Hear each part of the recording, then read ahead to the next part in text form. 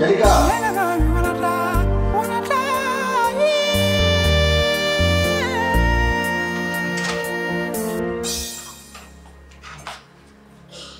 Anak perang aja. Kan kau kini dah.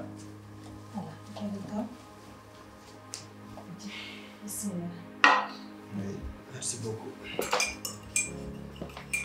Ma hande ɓoyta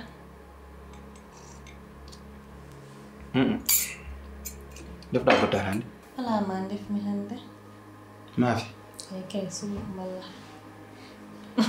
no ara woni nder yimɓe tan kono a jeeya woppu toñede Mer. Amadou ya. Salam jori. Alsen.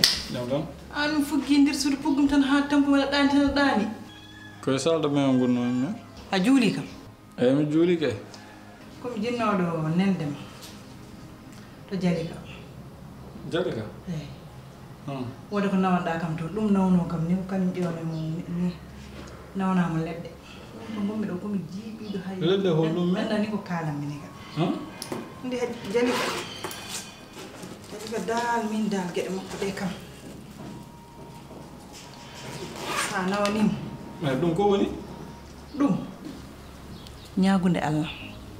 Mais mer dum do on puntete rek kalis mon tan gasno ton. Allah rokkirat Allah heptat. Allah so jabino o dañat bingel. Kono ko Allah sabiri non. Dum do tuba ko anda Allah ceerno. Te ay tuba ko be wene jibino normal kambe dadi amen. Dum tardini amen. Te dum be puntete rek Allah rokkirat an dum sa nawi sa yehi ada ñaago on ko Allah ñaagoto. Joni ana jotta ko ñaagoda Allah directement. Oto wi non. Min ko antane makko dañi. Kala ko fayni kam. Mi yido ñaagunde Allah mi Allah hokkuma. han non wana kiidun fe ñamata te surtout pala man defɗa ɓayri pala am defɗa hande kam keccare mani hande lammat quoi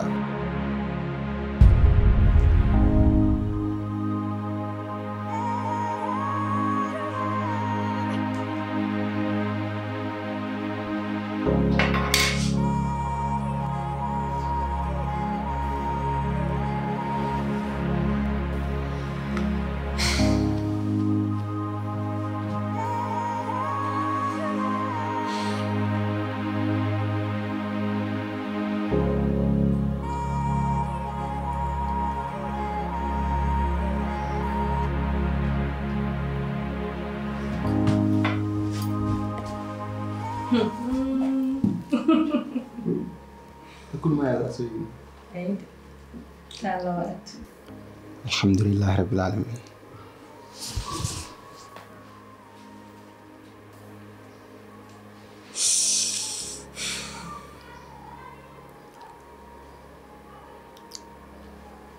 يعني نوم فوف ما موي باسكال كو بودا ودي غالو ادان وات اد muññimi ak muñen nenam ak muñen babam dum do betanim ñalam hando non meda danji ñalam bayno dum do tan yimbe fof padanno hande Allah wadi dum kon alhamdulillahi rabbil alamin yalla rengel yalla ayno ren engel ar e do jam batten fijjude magel tan heddino e sondu inchallah machallah weltim vraiment bernam ko hin wawa haalde ni hande nag moom sara ara surprise de dum haysa haala non baden inchallah jona dan hodum keñi mi jipoles mi haalde dum e famille o yawan il faut nenam tendum dum do mi wawa dum munji quoi d'accord wat sese non hada andi mera wona bet andim mi andi gelel gote tan nyaagi mami gardanam gel jaganam gel yida bom addil hay defdi joni hot def to bal wara hay dar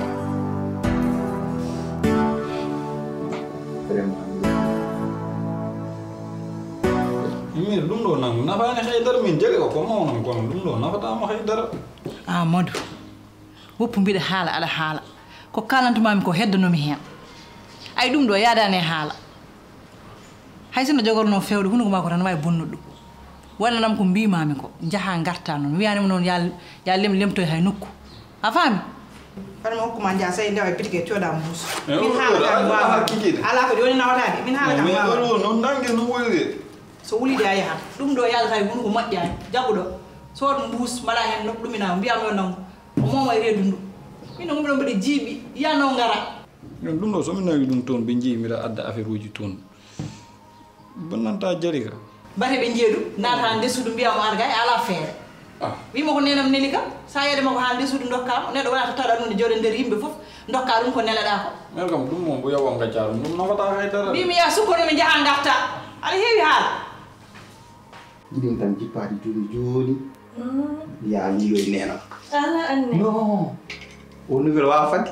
il faut mbiyami yimɓe ron haala ɗum min mottata wala an mottata hande hay buddat mum haali yoto haar anne non mi haali hande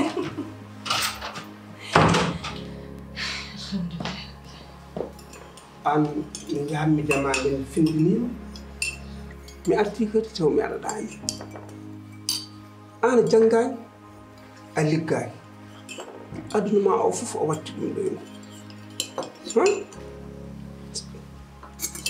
joni ko law oso cukalel ngal haccitoro hakkille muɗum ɗi haaluji kadi joni subaka o min de komi baajiɗo tan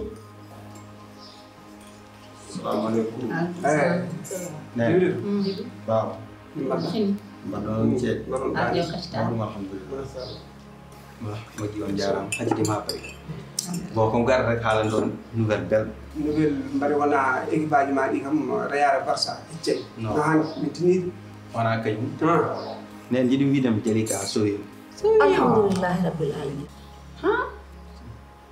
kon bawo yettaw nen noon jiɗi mbaɗon hen duwa o e yalla ndewnu enam frère so woni debbo ko min guinnirta joni koye hakkude debbo e gorko kay ñaago allah taw allah waɗi hen moƴƴere wona ɗum woni ko kalanmi ko wona ka puy hetto baba wima ko an yadama comme que jiɗ benan ala oto yijjitno ɗo enen ko min famɗata hay goto ɗum oto yalko galle alhamdulillah rabbil alamin joni baba fat mbiɗa wiya ay penowo yeehi ayi wona a yimmode ana mana on ko ƴeewoy tan par ce que jeni hande en beltima yettode wonni allah ɗum ko beele ñaaɓalen allah tan allah moƴƴina amin amin allah yettina waɗa hen sutura amin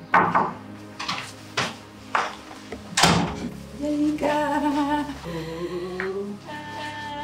weltima ko fewi welo a fadi ɗum ɗo kono noon hannde moom bana gorko nde dawata nde vraiment ngoɗo yeeso mo weri ɗum yiide hande ami ɗo fof ndeysan o weltima no fewi sa hannde moom arɗa ma chéri ar jooɗani hande pende waɗi kam princesse hannde merci moom beaucoup ka princesse liggey galle o woppu hen jungo ma ha laaɓa otoma memten haydara a faami sacré Penda la princesse veut devenir une bonne ay Penda goppuɗo mo mbiɗa wona ɗo haɗa liggo an gana bala haɗa fina midi fot woppu tan mi yaafima anne ma chéri aɗa enen fandare men fof ko wootere ko ɗum min jinno ari joni hotma waɗa haydara woppu haysara waɗa wat seeɗa ko heddi komi jokkira ma chéri nak jibinde jippinande won ko haali ɗum ɓinguel so ari woni dewel komin innirte te ɗuma farani henede wadde ɗum ɗo yuji ɗi ɓerɗe ɗiɗi ay Penda reste à voir en tout cas dal ñagoɗen guel ara e jaam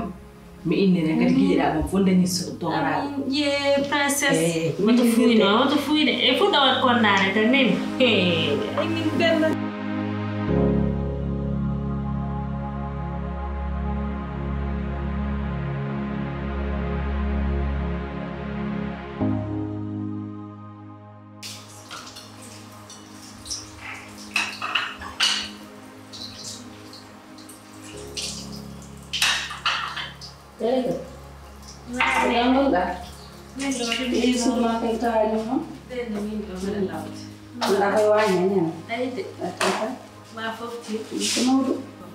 jibril haalni kam ko kewi ko ɓooyi fadede aɗa andi ɓooyi te aɗa andi min ɓe jadata ɓe fof dañi tañiraɓe wona ñande fof komi noddaɗo yomi ar inde innere mata ko joni allah yettini kadi usta liggeyaji ɗi liggeyaaji ɗi han kadi ustuɗi men pendo gonɗo ɗo tan yahani arto yo ar walluma e waañ he toppiranɗa kam tanama mi weltima no feewi ya waañ hen ba inchallah amin amin kawri hen amin a jarama eke mi yettina Umi Ara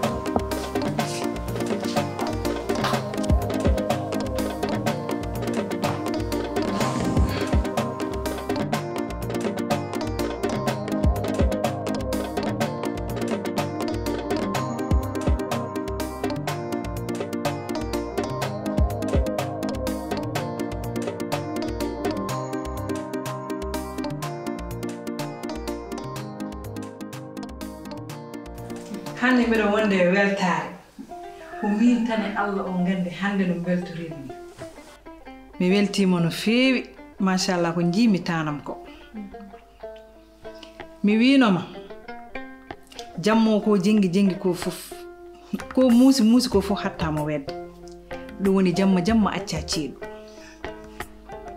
te aɗa hande hen seydi kaham saabu an huɓɓinani wonkama huɓɓinani wonki bamma aɗa andi an Allah hokkita ko moƴƴi ɗum aɗa andi ɗum ni dowuji amen meeɗa iwde e maɗa an a heɓat ko moƴƴi a daña ko moƴƴi so hawre welede Allah min mbaɗa andunoma waɗ ɗum wona yi tila fe machallah ko ɗum ɗo tan fadano e ma kadi machallah waɗi ɗum te kadi min mbaɗa andi kadi an a muñi ɗum e galle he mbaɗa andunoma dañ ɗum saabu a fadi ɗum ɗo henna ko ɗum tan wonno nena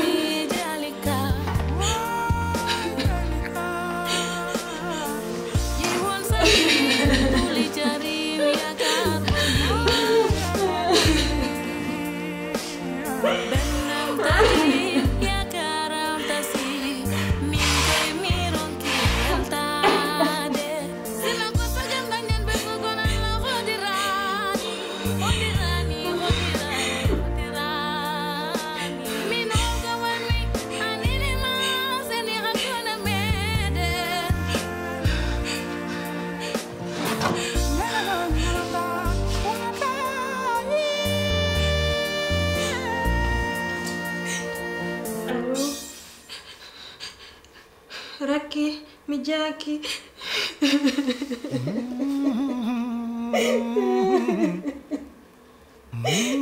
Yaakaaram tasi Rakki.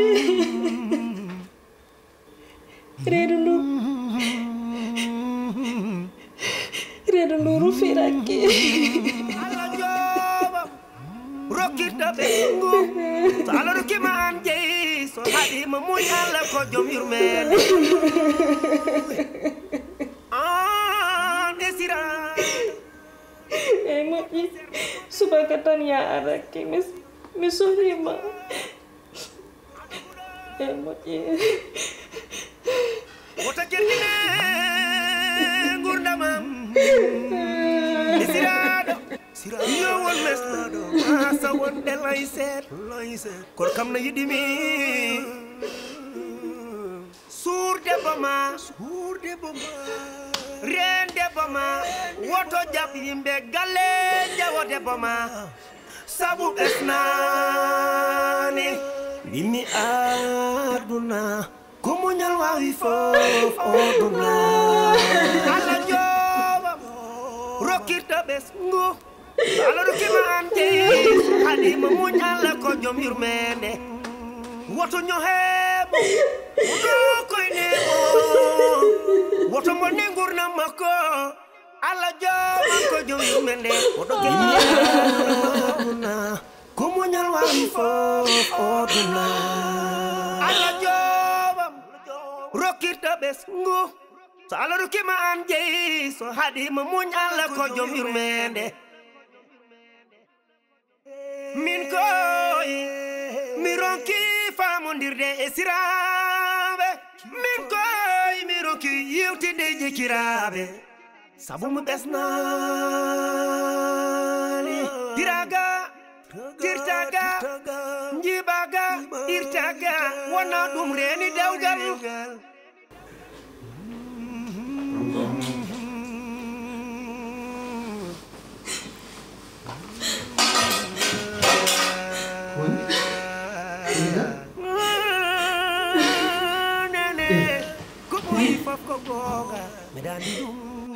Jibril yaakaaram tasi. Ku tas yaakaar ma. Yaakaaram tasi. Hal ngam ko nan ni Jalika. Jalika.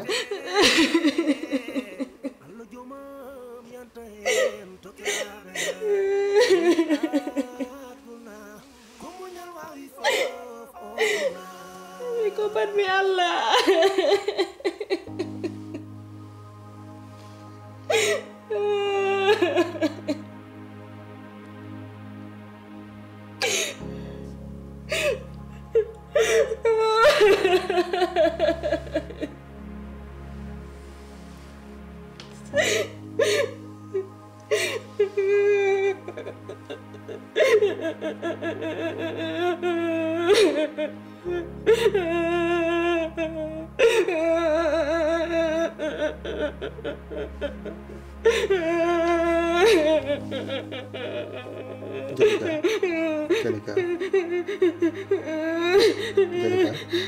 Jalika.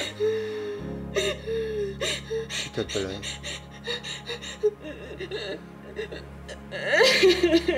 Mi fami.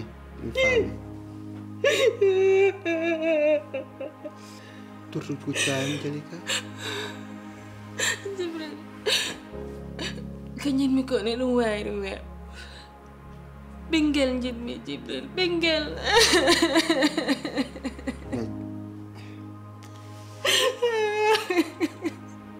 Jalika adan hal adan nyoju reedu mandu. Marwana won ko hen ko yi. Jalika. Yaakaaram tasi Jibril.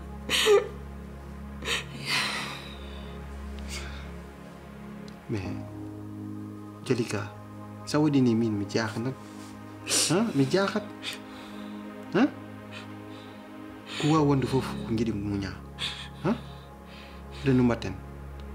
Nudu médecin on joni jehen o ƴeewma. Mi safti muña ha kay muña ha hode mi muñi ha maytormi Jibril mi yit bingel jilmi ko jilmi ko heɗum weeɓi Allah ko tigi Allah wa kam ɗum tottu.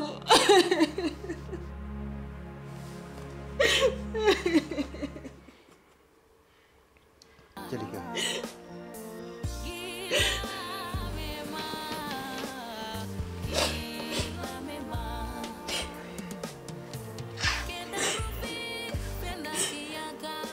Jalika. Yow. Danu mbatan. Yow. Danu mbatan. Gidim daja ngartra hakkilima. Fami. Fare njaay médecin mo. Ba jeewma.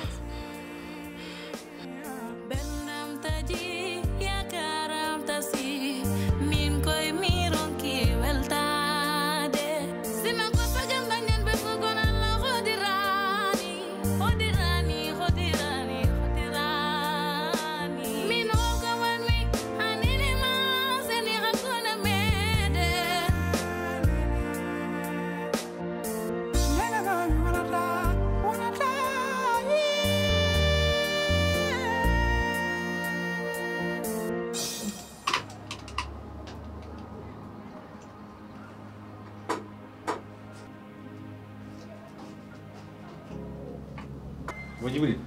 Oui. An formo mbadi la route chez Fewandi.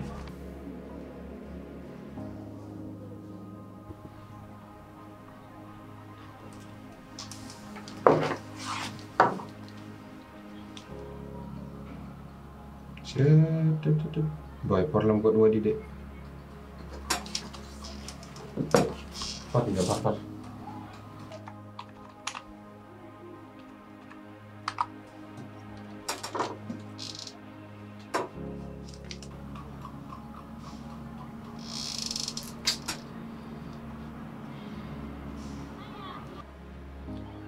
Boy, ɗum wata ɗum fewnude hannde ha. Il faut garta ɗum ha deme. Wa gasde hande tan. Amir o wa gas hannde. Par ce que hannde bon, mbeɗa manki wonde yeso mango sama. Hunduɗa. Hande jiimami ni aɗa yomi haɓɓude. Yeso ngam yeso mango ni ɓi fof. Hor uddinta.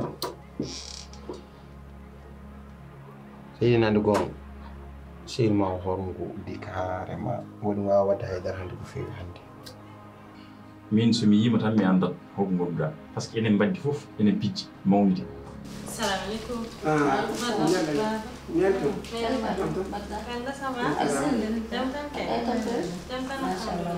Ajaji. Menen jam. Nene? Ɗum de mi rewno marché min dara mi sodoran ma Ɗum heewa. A jarama. mi yawta kay jeri min ara Argay men. Ajaji won jaaɗa. Arti ko gartirɗa opita? Nene. Finalement mi wonani koride. Oh. Nde yimɓe jakori hunde fof tan yakaru men tasa. Te an Jalika ay so ɗum ɓenni min a wawa funtudemi ay Jibril o puyɗo mo yiyata nanata ko o mbawɗa funtude tawde kanko ko koyel kono min gila nde kalɗa min mbaɗa andita haydara ala ko woni toon sabu min komi debbo mawɗo kelifal ni tan an hol nafoore ma e galle he ko nafata ɗo aɗa ñaama aɗa yara aɗa ɓorno commi haydara tan ala ko nafata tan so wona ni nde yimɓe jakori hunde fof tan kadi gara mbiya iwi jeeri fati ballaji tan an ƴewto hoore ma sa andi wonde ko gaddirɗa ɗo ka wawa wadde ɗum kalna min gadda goɗɗo baɗowo ɗum min komi jumul Jalika jom suudam. Jalika hanki jippimde tawi mum nder suudam woyi kiɗo balɗe wonko sikkano e reedu ndu sikkano ko cowil deke o sowaki rewluji makko man no retare joni noon mata o fini o yi wonko yiye hoore makko nden o andi deke o sowaki vraiment wone woyde affaire o muusimo min no jurmimom ndeysan ɓerdam nde fof boni hakkillam fof jaksi ɗum jaggima ha joni par ce que ala ko ɓiɗɗo taw jaksi hakkilo o par ce que yimɓe goo e nenam ɗiɗ e sœuram dokkanimo jam sabu temps mo wono e gallote o ronki dañde ɓesgu mais dal affaire o dal ta yiɗi nande goonga mbeɗo yurmum feewo boy ɗum wona haydara Jalika alhamdulillahi omo yiyi règle uji makko mataw ko yettaki tan neɗɗo hokkata hoore mum ɓiɗɗo ko Allah hokkata neɗɗo ɓiɗɗo o wawa wiide mo force ɓiɗɗo sa wi aɗa force ɓiɗɗo noon ko an tampata par ce que aduna wona Jalika tan way noon aduna o fof ko ɓuuri hen heewde ene mbayi noon o resaɓe duuɓi keɓani ɓiɗɗo jiyani ha jomumen maayi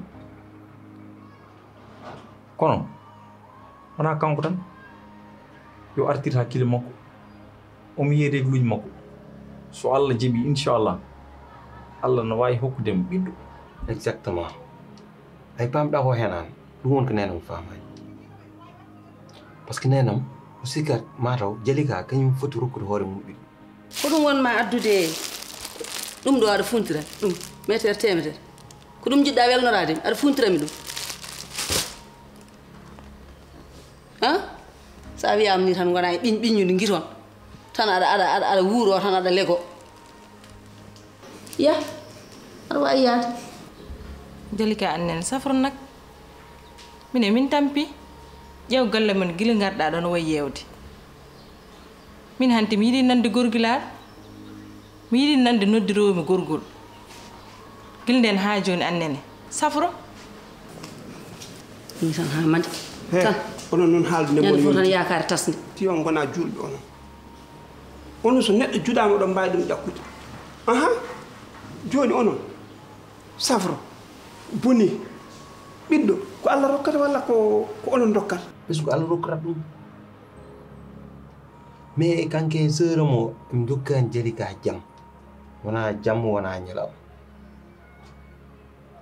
eɓen ñoh on em jewtita e mum ala fof keɓe kalta ɗum elle tan kanko foti rokkude hoore makko ɓiɗɗo quoi min ɗum waɗi jurmim Jalika kankene ɗum foyi pérection kutka o yiɗi yaltude e bon o yiɗi dañde ɓiɗɗo quoi pour o wawa fofde e galle he o wawa hejje e galle he ɗum waɗimo fadirede e galle o te kala ƴeewɗam o sikkat nani tan ƴeewiri min ɗum waɗimo probléme min boy ko mbimami ko tan artirde hakkille ma tinno e hoore ma jinnaɗo noon ene muusi yumma kam mbiɗa andi ala fof ko wiyata Jalika ɗum wona min tan andi ɗum leegal ngol fof ɗum andi ɗum kadi an kadi sa yiɗano Jalika tano yalti galle o ɓooyi mbiɗa andi aɗa yiɗimo woɓɓe ne gandini aɗa yiɗimo ɗum yumma no wayi fof ko yumma accirmo noon neɗɗo ƴettanma addanma ɗum ɗo teddugal polngal ni kadi jennira ɗum ɗum ko woni ɗum ko woni bande men addan ɗum ko wayni gattire hakkillaji ɗum ɗo wonko ɓuri ɗum oɗo ko jibinaɗo nehaɗo foti neherɗo adda ɗo e galle ete hay goto e moɗon wawa rokkude hoore mum ɓiɗɗo ko Allah rokkata oto jenniremo ɗum oto ɓittiniremo ɗum so waɗi ko foti wadde o yannetake holko foti wadde holko waɗa fotani wadde ɗo so andi ko addimo ɗo ko yo waɗ ɗum holko addimo ɗo i holko addimo ɗo walla addimo ɗo tan ko ñamde e yarde min de on nanni kam poni gattire hakkillaji moƴƴi an kam somin nanti tan ngol somin nanti tan e gurdam maɗam aɗa huccini feɗɗeni ma e makko mi taƴata dane ma nde annini mi hannima somo jibin so jibinta ko ɗum ko haajum ko hakkude makko joom galle makko wona onon hoto pawɗon ɗum an wona ɓikkonɗi ɗon tan dañɗa ɗo hen Allah wawno hay ɗum yo addu ɗum ko gaddumi ko yo addu ɗum oɗon gawde Allah dañon cide safra mbaɗa ko safra tan woni sellude taade ko ni kay a yiɗi nande gorko joni an resi jibina kam gadda ɗo e galle he yewta min yummiragal noon en muusi ala ko mbawɗa wiide ɗum awa huccidde leegal ngal fof aɗa sooro aɗa wi yumma ko ni ko ni ko ni ko ni ko ni wi awa waɗde ɗum kono noon jinnaɗo ɗo muusi hande aduna o en jettimi akhiratu zaman aduna o tolni ɗon jiiɗa debbo haa kene yette nokku woɓɓe ne ŋañanma ɗum koye aduna he woni an kay déjà yi mbiɗa ko propre ta mère yiɗanama jamɗi e jam Jalika vraiment koye noon aduna ko noon koye hen gonɗen sois fort tan mais tout passe tout lâche et tout casse. frère nani ala caɗele joni sois fort. mbimami la hande kam liggey hewta joni il faut mi ya galle ɗum ɗo joni ndema inchallah somi dawi tan mi wami eɗoma ɗo jang somi dawi inchallah kañum etton wadde pour en hen inchallah inchallah.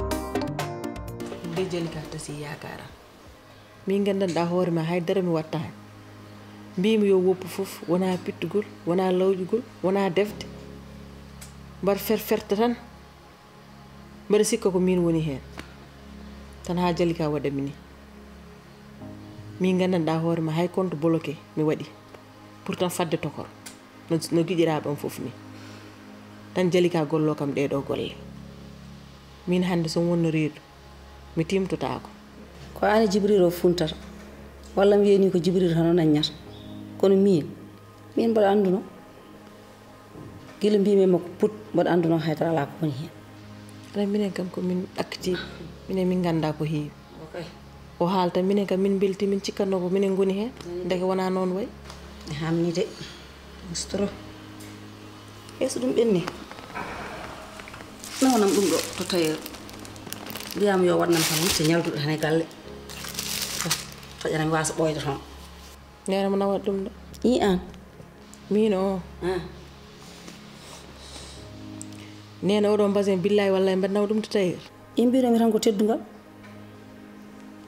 ɗum tan de wanno kam wiide ya nawanam tawde ko teddugal min nawmi tailleur ko jasneer uji baɗɗi cher e tissuji oɗo billahi wallahi rewane yam de mi nawata ɗum to tailleur ni mbaɗa jippini classe am gotta ɗum de o mofti ɗum armoire ma sa dañi kew dokka ɗum ñeñɓe ma kono o kay hay ñeñɓe jiiɗa ɗum ñeñɓe hande saɗa rokka ɗumen dokkata ɗumen ko waɗi valeur de so sa rokkuɗo ɗumen mbasgaji huya huya.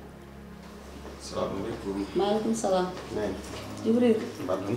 Jaaji. Ceeli. Jam tan. Mbaɗɗon tampere. Ɓen garɗa. Jonde timde. Machallah. Mbaɗɗon tampere. Alhamdulillah. Alhamdulillah. Mawɗum ni. Mawɗum. Alhamdulillah. Alhamdulillah. Jibril. Aha. Arga e. Yopnde. ɗum de han jeewma de waɗa yamma ɗum ɗo. Machallah. Yooɗi feewi. Aɗa hande han waɗi ko feewi nande kanko de waɗe yam ɗum ɗo jarama kay mbaɗnam ɗo o tan Jibril arga e jooɗo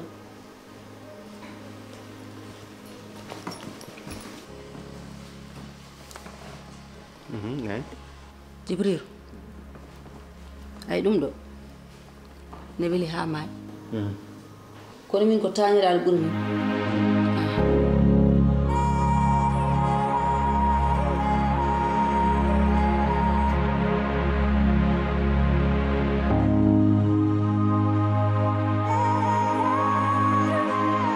Jibril nena ko haalanma ko ko gonga teddugal ngal ɗo ne weli ha maayi kono minen cukalel daga dogde ɗo e galle hene fiji amin jeeyi ɗum ɓurani amen Penda min noon saaha fo a bettat kam cikkannomi waɗi gueɗe so nenan waɗ ɗum walla en haal ɗum ka poɗɗum wadde rectifié jewtuda e makka par ce que ha desoytede jangga a anda ko tawoyta nani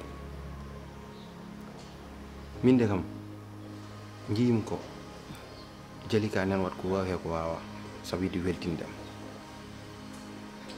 kon ɗum fof ana waƴa ɗum waƴaɗa tan ɓiɗɗo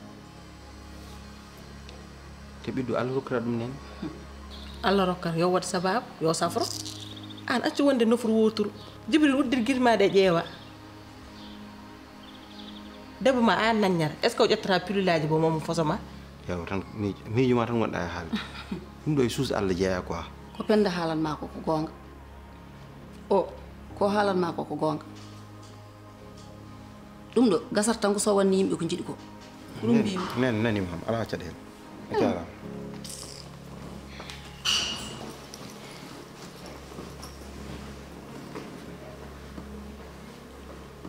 o ko wondi ko cikoɗa ko teɗɗo ko de nanga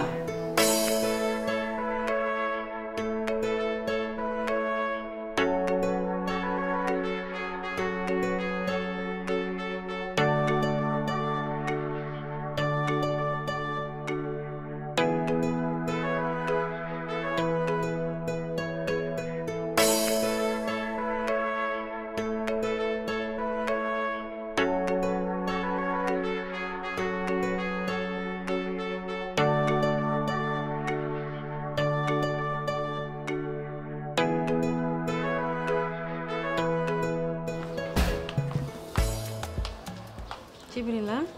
Jalika Andere ça va ayi ça va Utar ni pari aroto ndemɗa hande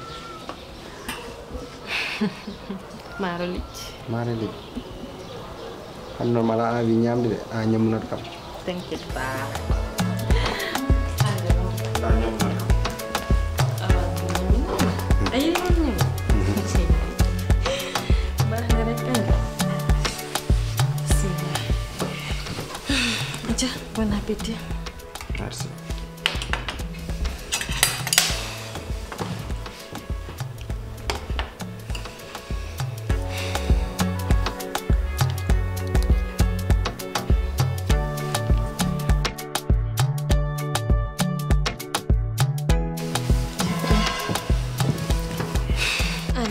kedi haare hande no meɗen mom yaw ɗanade quoi tawi a feeri suudu rek min naata Jibril leliɗo o heure a yiɗa kam layande est ce y a quelque chose non non yaam elle wonko yiɗi haaldude yam te hande mi ala envie haalde quoi jaggune meni heddoma kala ko musma tan musat kam nen d'accord min ara mi yeccino ɗum nen d'accord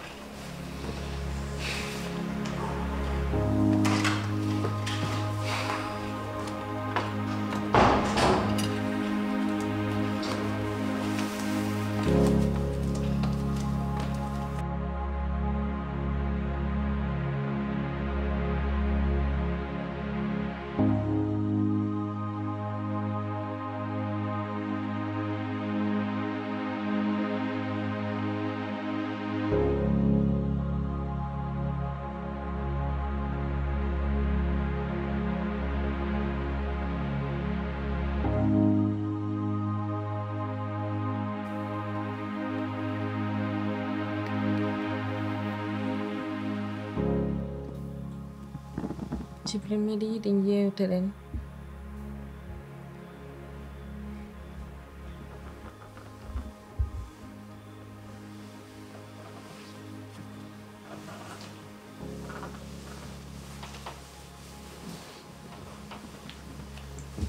ko jam ko jam tan ay gila ndi garmi ɗo ɓooyi ɓooyani ha joni mi waɗo addu ɓinguel hande société o mo gonɗen sa woni debbo desat sa ala ɓinguel ɓe mbiyat ko ka an te an haɗa andi wona ka an wona ko min Allah okkirat mais ɓe jiirta ɗum noon sinno ko sagom ndesiya debbo goɗɗo ba dañde mum ɓingel nene ma o gonɗo wuro he ene yiɗi yiide taaniraaɗe mum ene yiɗi ene fina wuro ngo hinga waɗa birwi ene yiɗi bo wonde ene wondamo hen pija heɓe njala te ɗum fo Allah okkani kam ɗo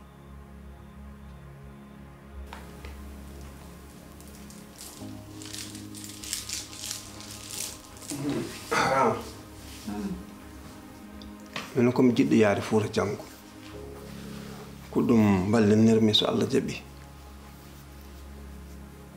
mi kadi mi ƴewto toon puniiɗo ajjoto an kam ñande fof Fuuta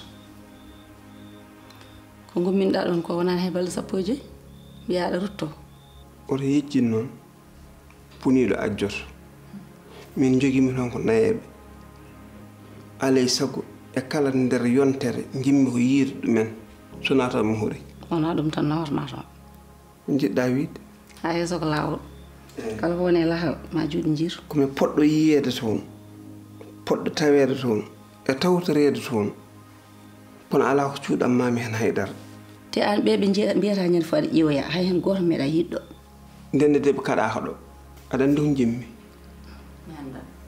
duwaw yo Allah newnu laawol inchallah moƴƴi ha yeeso ko laawol sinno ko sagam mbaɗa ɗum sa yiɗi ko weli ka Jalika pourquoi aɗa miijo ɗiɗo miijoɗo jiɗimi ndeña ɓernde mam ganda Allah waddi kam e mam te min jiɗirimami ko sabi Allah mi yiɗiranimi sababu no ɓesgu par ce que Allah woni dokkowo ɓesgu so yonti tan ma ar pourquoi jiɗɗa ƴettude ɗum ɗo mbaɗa ɗum e hakkille ma joni ka jiɗi nannudema e debbo ko pourquoi par ce que a jibinani par ce que yahami ko waɗata ko par ce que yimɓe guiti ƴewatatma wonma yiɗi ƴettudema annanima e debbo ko non non oɗon ko jiɗi ndeña ɓernde ma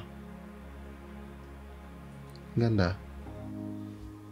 so Allah lamɗo jaɓi ma Allah rokku ɓiɗɗo te so yonti tan arat dewgal amen ma wona ɓiɗɗo ko Allah waɗi anani ɗum kam mi watta ɗum resi debbo goɗɗo mi watta ɗum jamais pour a dañan ɓiɗɗo mi yahami resoyi debbo goɗɗo non ɗum watta ɗum Jibril an ka gorko a wiyetake dara min ɗo tournomi ɓini kam ƴewere nden yitere tu veux pas sauver mon honneur mbaɗana kam ɗum sabi Allah tan Jalika ɗum wawa ɗum watti te mi watta ɗum hande mi watta ɗum janga Jibril ko mbimami ko tan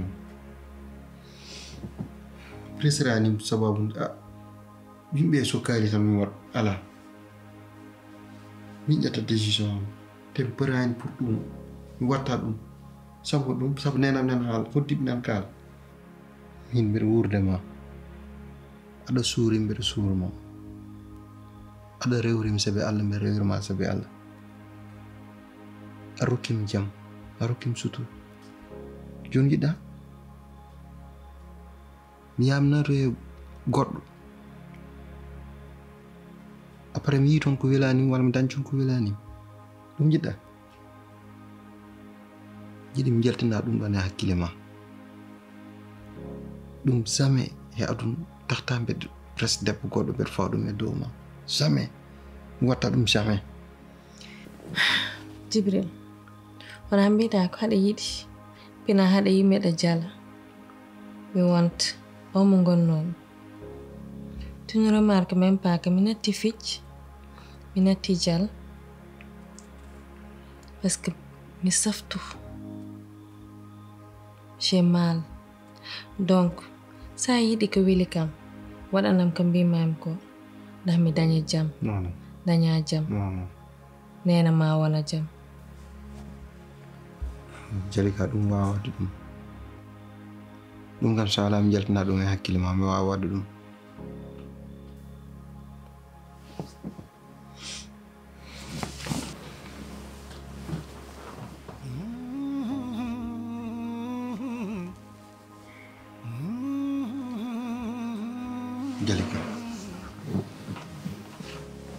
Jalika min jiɗɗa joni mi naata debbo goɗɗo arɗoyde bonno hakkunde men ma ɗum mi wawa ɗum wadde anani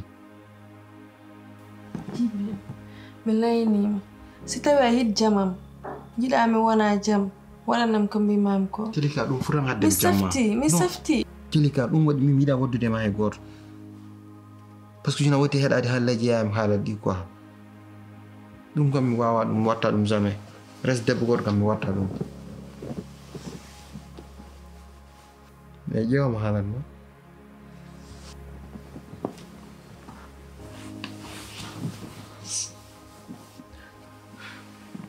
joni aɗa ko jiɗi mi lelɗa hadde me après jokkuten haal men minen ma inchallah lel